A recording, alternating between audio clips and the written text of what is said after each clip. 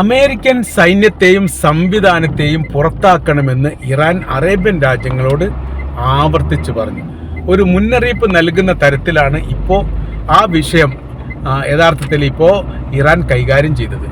നിങ്ങളുടെ രാജ്യത്തിന് അകത്ത് നിന്ന് തന്നെയാണ് ഇറാൻ എന്ന് പറഞ്ഞ പരമാധികാര രാജ്യത്തിന് നേരെ അമേരിക്ക ആക്രമണം നടത്തുന്നത്. അപ്പോൾ അതിനുള്ള സൗകര്യങ്ങളും അവസരങ്ങളും ഉണ്ടാക്കി കൊടുക്കുന്നു. ഭാവിയിലും ശക്തമായിരിക്കുന്ന ആക്രമണം നിങ്ങളുടെ രാജ്യത്തിന് നേരെ ഇറാൻ്റെ ഭാഗത്തുനിന്ന് ഉണ്ടാവാതിരിക്കാൻ നിങ്ങൾക്ക് ശ്രദ്ധിക്കാൻ വേണ്ടി സാധിക്കും. അതിന് അമേരിക്കയുടെ സൈനിക ബേസ് ഒഴിവാക്കുക എന്നുള്ളതാണ്.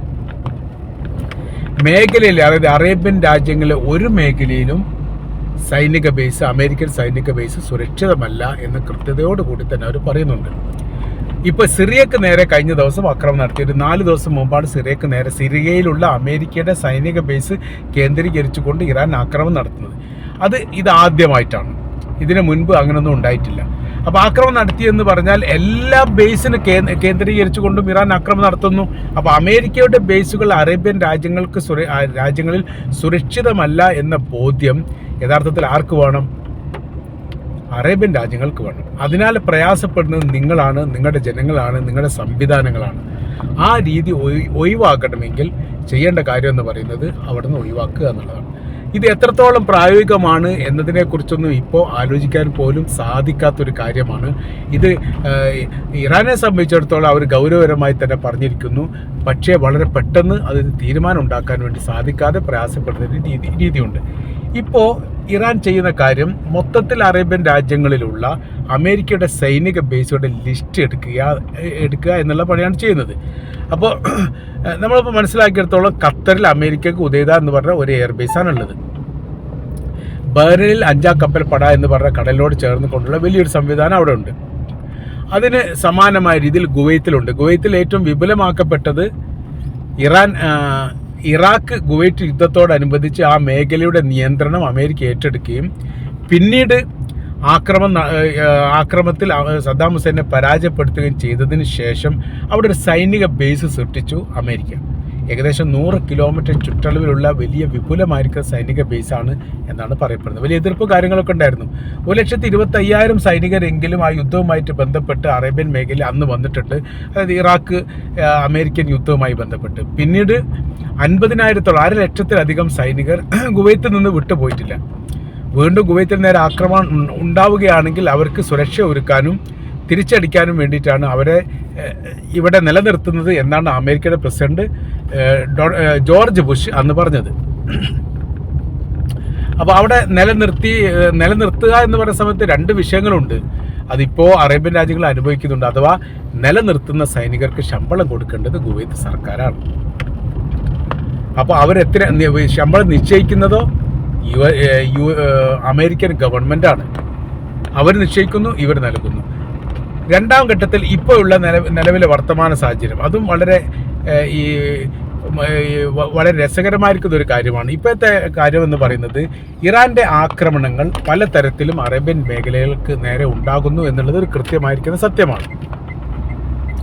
അങ്ങനെ അവിടുന്ന് ആക്രമണം ഉണ്ടാകുന്നുണ്ട്. അപ്പോൾ ഈ ആക്രമണത്തെ അമേരിക്ക പ്രതിരോധിക്കുന്നുണ്ട്. നമ്മൾ കാണാറുണ്ട്, മിസൈൽ തിരിച്ചടിച്ചു, ഇറാൻ ആക്രമിച്ചു, ഇറാനിൽ കൊണ്ടുപോയി ബോംബിട്ടു എന്നൊക്കെ. ഈ കാര്യങ്ങളൊക്കെ ചെയ്യുന്നത് എവിടുന്നാണ്? അറേബ്യൻ രാജ്യങ്ങളിൽ നിന്നാണ് അമേരിക്ക ഈ കാര്യങ്ങളൊക്കെ ചെയ്യുന്നത്. ഇറാൻ ആക്രമിക്കുന്നത് അറേബ്യൻ രാജ്യങ്ങളാണ് എന്നുള്ളത് എല്ലാവർക്കും വളരെ കൃത്യതയോടുകൂടി ഉറപ്പുള്ള കാര്യമാണ്. അപ്പോൾ അങ്ങനെ ആക്രമിക്കുന്ന സമയത്തുള്ള വിഷയം എന്ന് പറയുന്നത് അതിനുള്ള സാമ്പത്തിക നഷ്ടം അറബ് രാജ്യങ്ങൾ നൽകണം. കുവൈറ്റിൽ നിന്ന് ആക്രമിക്കുന്ന സമയത്ത് നിങ്ങളെ രാജ്യം കൂടി സംരക്ഷിക്കാൻ വേണ്ടിയിട്ടാണ് ഞങ്ങൾ ഈ പ്രവൃത്തി ചെയ്യുന്നത് എന്നതിനാൽ അവർക്ക് എന്ത് ചെയ്യണം? സാമ്പത്തിക നഷ്ടം അവർക്ക് കൊടുക്കണം. അതല്ലെങ്കിൽ അവരുടെ സാമ്പത്തികം വാങ്ങിയിട്ടാണ് പ്രതിരോധം ഉണ്ടാക്കുന്നത് എന്ന് ചുരുക്കം. പ്രത്യാക്രമണങ്ങൾ ചെയ്യുന്നത് അവരുടെ സാമ്പത്തികം കൂടി വാങ്ങിയിട്ടാണ്. ഇത് ഒരു കൃത്യമായിരിക്കുന്ന സംഖ്യയാണോ? അല്ല. അമേരിക്കയെ സംബന്ധിച്ചിടത്തോളം അവരിപ്പോൾ ലാഭക്കച്ചവടം ചെയ്യുന്നു. വൻ സാമ്പത്തിക നഷ്ടം യഥാർത്ഥത്തിൽ ഈ യുദ്ധവുമായിട്ട് ബന്ധപ്പെട്ട് അമേരിക്കക്കുണ്ട്. $300 ബില്യൺ ഇറാൻ്റെ നഷ്ടവുമായിട്ട് ബന്ധപ്പെട്ട കാര്യത്തെക്കുറിച്ച് സംസാരിക്കുമ്പോൾ സമാനമായ രീതിയിൽ അല്ലെങ്കിൽ അതിനേക്കാൾ കൂടുതലായിരിക്കുന്ന ഈ സാമ്പത്തിക നഷ്ടമാണ് യഥാർത്ഥത്തിൽ അമേരിക്കക്ക് ഉണ്ടായിരിക്കുന്നത്. അപ്പോൾ അമേരിക്കയുടെ നഷ്ടം ഇപ്പോൾ ഒരാളോട് ചോദിക്കാൻ വേണ്ടി പറ്റില്ല എന്നതിനാൽ അവരത് അനുഭവിച്ചു കൊണ്ടിരിക്കുന്ന ഒരു സ്ഥിതി മാത്രമാണുള്ളത്. അപ്പോൾ സാമ്പത്തിക നഷ്ടത്തിൻ്റെ കണക്ക് പറയുന്ന സമയത്ത് വലിയ സാമ്പത്തിക നഷ്ടം ആർക്കുണ്ടാവുന്നുണ്ട്? ഇറാനുണ്ട്, അമേരിക്കക്കുണ്ട് എന്നുള്ളത് കൃത്യമായിരിക്കുന്ന ഒരു സത്യമാണ്. അപ്പോൾ യുദ്ധത്തിൻ്റെ പാറ്റേണൊക്കെ മാറി മറിയുന്നു എന്ന് മാത്രമല്ല, യഥാർത്ഥത്തിൽ മധ്യസ്ഥർ പൂർണ്ണമായ രീതിയിൽ ഒഴിഞ്ഞു മാറുകയും ചെയ്തിട്ടുണ്ട്.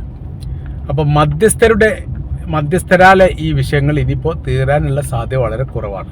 എന്നാൽ കൃത്യമായിരിക്കുന്ന ഒരു ആക്രമണ രീതികൾ, ഇന്ന മേഖല ആക്രമിച്ചുകൊണ്ട് ഇത്ര നാശങ്ങൾ ഉണ്ടാക്കണം, അങ്ങനത്തെ യാതൊരു ഐഡിയയും നിലവിൽ അമേരിക്കക്കില്ല. അപ്പോൾ അമേരിക്ക യുദ്ധം ചെയ്യുന്നുണ്ടോ എന്ന് ചോദിച്ചാൽ ചെയ്യുന്നുണ്ട്.